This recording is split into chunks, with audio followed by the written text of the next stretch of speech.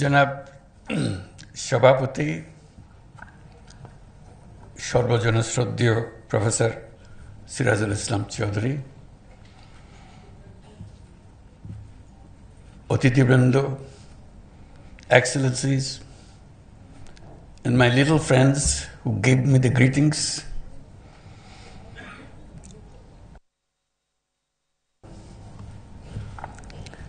সবাইকে শুভেচ্ছা জানাচ্ছি। আসসালামু আলাইকুম। শুরুতে যারা আজকের অনুষ্ঠানের সবচেয়ে বড় ঘটনা, যারা পুরস্কার পেলেন, বন্ধু মনসুর মোসা এবং জোসেফ উইন্টার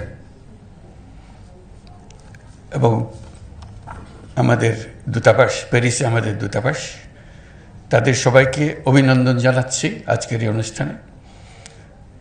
তাদের এই অর্জনের জন্য এবং আমাদেরকে পথ দেখানোর জন্য, ভবিষ্যতে অন্যদের উদ্বুদ্ধ করার জন্য। আর যারা অলিম্পিয়াডে পুরস্কার পেয়েছ, তাদেরকেও অভিনন্দন জানাচ্ছি।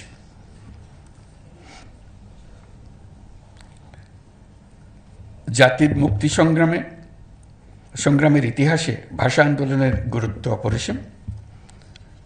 এই আন্দোলনের মধ্য দিয়ে একটা অসাম্প্রদায়িক, গণতান্ত্রিক, ভাষাভিত্তিক জাতিসত্তা গঠনের ভিত রচিত হয়েছে।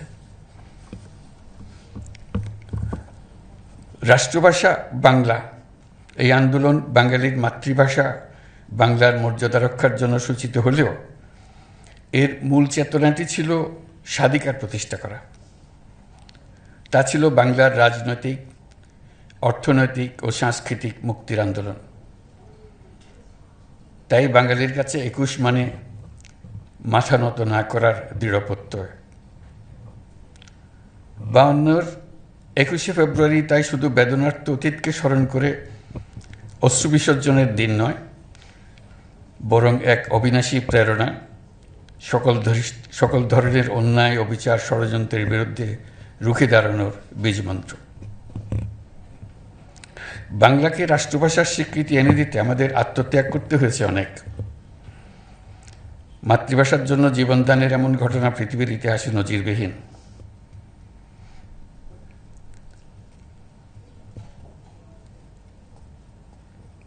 আমরা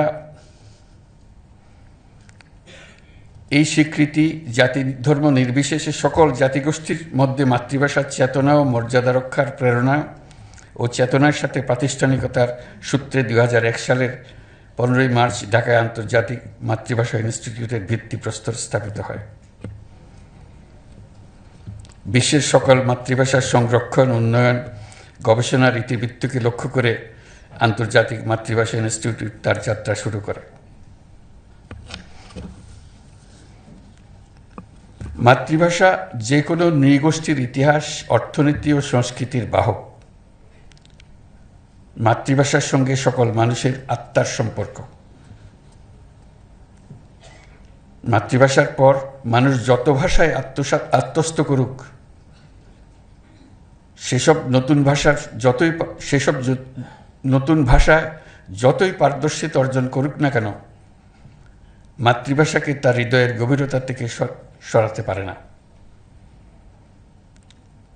পৃথিবীর প্রায় সকল দেশে, নানা দেশের নানা ভাষার কিংবা হাতে গোনা কয়েকটি দেশের কিছু মানুষ নাগরিকত্ব গ্রহণ করে কয়েক ধরে বসবাস করে।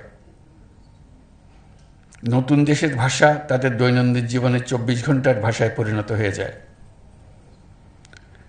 তবু সেই ভাষা মাতৃভাষায় পরিণত হয় না। তারা নিজেদের মধ্যে একত্র হলেই উৎসাহ সহকারে নিজেদের মূল ভাষায় ফিরে যায়। তাদের মূল ভাষা সৃষ্টি করে নিজেদের। যেসব শহরে তাদের মাতৃভাষাভাষীর সংখ্যা বেশি,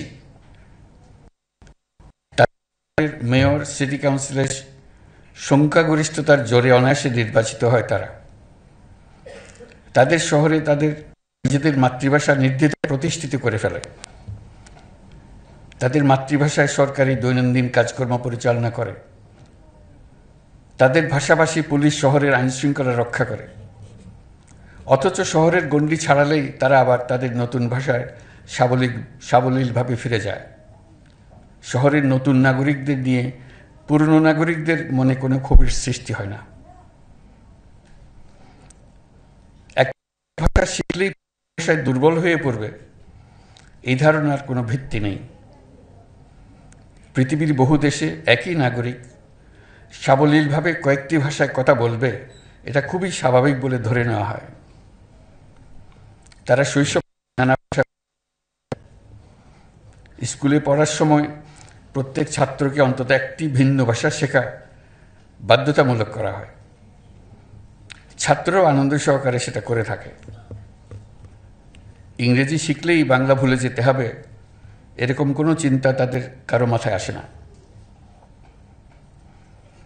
আমরা দ্রুত গতিতে নতুন পৃথিবী সৃষ্টি করে চলেছি।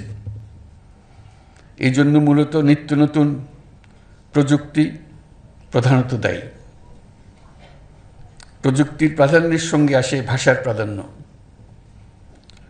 যে দেশের প্রযুক্তি পৃথিবীতে প্রাধান্য অর্জন করতে থাকবে, তার সঙ্গে প্রাধান্য অর্জন করতে থাকবে প্রযুক্তিদাতা দেশের ভাষা।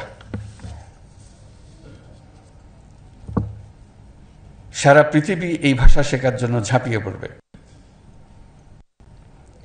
স্পুটনিক যখন মহাকাশে উড়ল, সারা পৃথিবী রাশিয়ান ভাষা শেখার জন্য ঝাঁপিয়ে পড়ল। যে স্কুলে, যে বিশ্ববিদ্যালয়ে রাশিয়ান ভাষা শেখানো হয় না, সেই শিক্ষা প্রতিষ্ঠানগুলো ছাত্রদের এবং অভিভাবকদের উৎসাহ হারিয়ে ফেলল। আবার যে মাত্র চীন প্রযুক্তিতে এগিয়ে গেল, চীনা ভাষা শেখার ধুম লেগে গেল। যে দেশ পৃথিবীতে নেতৃত্ব দেবে, পৃথিবী সে দেশের ভাষার দিকে ঝুঁকে পড়বে, এটাই নিয়ম। যে দেশের কিছু দেবার নেই, সে দেশের ভাষাতেও পৃথিবীর আগ্রহ নেই, অথবা থাকলেও খুব নিম্ন পর্যায়ের। প্রযুক্তি ছাড়াও যে কোনো দিক থেকে জাতির নেতৃত্ব দিতে পারলে, যে কোনো একটি দিক থেকে জাতির নেতৃত্ব দিতে পারলে, সে দেশের ভাষার প্রতি মানুষের আগ্রহ বাড়বেই। সে ভাষা যত জটিলই হোক, জাতি এগুলে ভাষা এগোয়। ভাষার সম্মান বাড়ে। নিজ ভাষার নিবেদিত প্রাণ প্রচারকর্মী হওয়া সত্ত্বেও জাতির কাছ থেকে পৃথিবীর ভাণ্ডারে কিছু দেবার না থাকলে ভাষার প্রতি আকর্ষণ সৃষ্টি করা সম্ভব হয় না। ভাষার প্রতি আগ্রহ সৃষ্টির সঙ্গে সাহিত্য, প্রযুক্তি, বিজ্ঞান সরাসরিভাবে জড়িত। আমরা যখন মাতৃভাষায় কথা বলি, তখন যেন মনে রাখি মাতৃভাষা মানুষের প্রাথমিক ভাষা। এরকম একটি ভাষা প্রথম শ্রবণে হোক না কেন, তা একদিন তার প্রাথমিক স্তর পার হয়ে বহু দেশের বহু মানুষের অত্যন্ত নমস্য ভাষায় পরিণত হতে পারে, যদি জাতি পৃথিবীর কাছে কিছু উপহার দিতে পারে। যদি সেই ভাষা পৃথিবীর অগ্রযাত্রায় স্ট্র্যাটেজিক